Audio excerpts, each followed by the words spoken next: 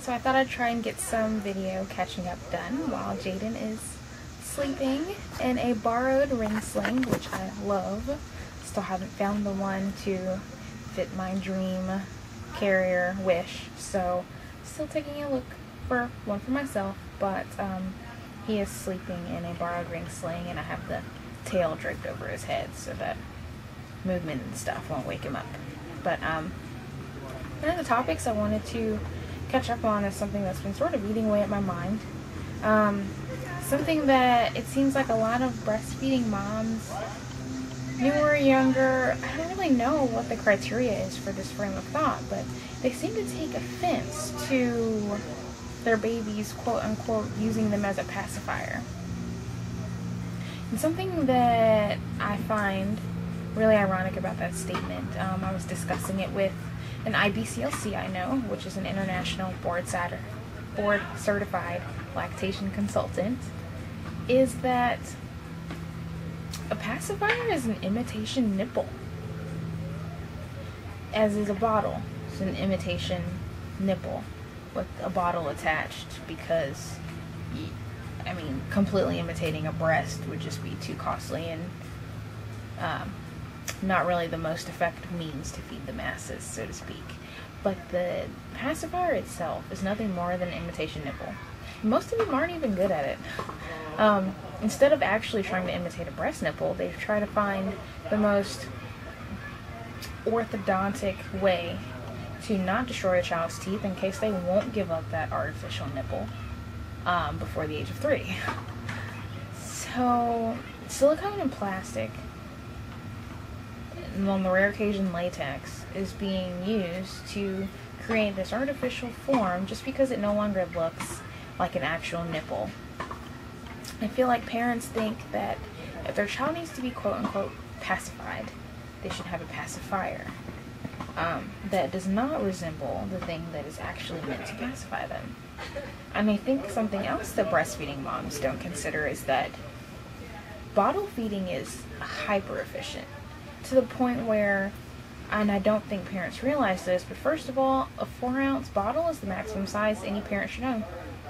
If your stomach is the size of your fist, which it is from birth, actually at birth it's about a third the size of their fist, and then it grows about 3 or 4 days in tremendously to approximately the size of their fist, which is still a very tiny fist. But if your stomach is about the size of your fist, which is true your entire life, why would you give a baby a 6, 7, 8-ounce bottle? There are no 6, 7, or 8-ounce stomachs in babies. 4-ounce bottle maximum. And babies have a reflex where if something is being poured into their mouth, they have to swallow it. And in order to swallow it, they suck. In order to suck, more stuff is getting poured into their mouth. It's sort of this negative feedback situation where you're basically unknowingly force-feeding a baby. And what happens when they get too much? They spit up what they can, and the rest just stretches their stomach. So, in the situation of breastfeeding, not only does the baby completely control what they get, but about half, maybe, sometimes less, sometimes more, in my case I think more, of the breastfeeding session is nothing but comfort sucking. There is no purposeful milk withdrawal. They're merely sucking for comfort.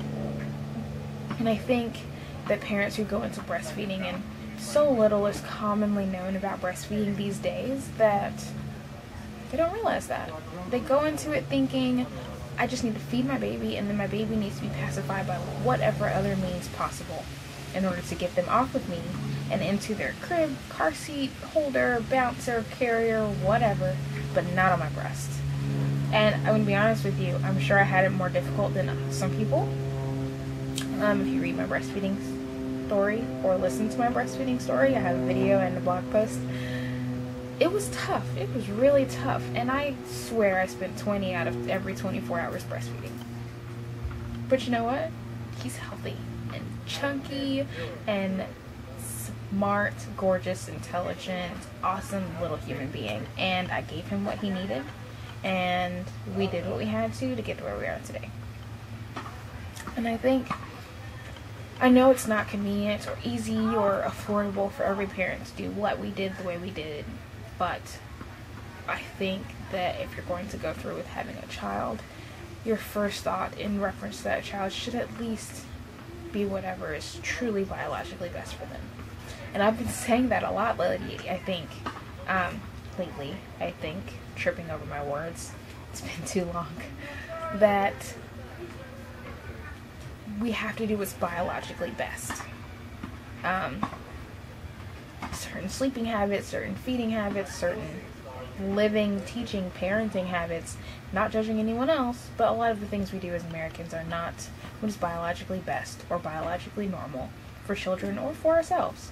So, I've been slowly moving myself, my way of thinking, my family, our parenting style towards the biological norm. But that is just one thing that's, I guess, sort of been on my shoulder lately, because he for sure pacifies on me. I mean, sometimes he nurses like every 10 seconds for like a few minutes, and then, you know, once I get tired of the constant popping off, I try and see if anything else will make him happy. But if all he wants is booby, that's what he gets. So I have more coming, but just wanted to touch on that. And my dog is staring at me like I'm crazy now. But Jaden's asleep at least. Bye, YouTube.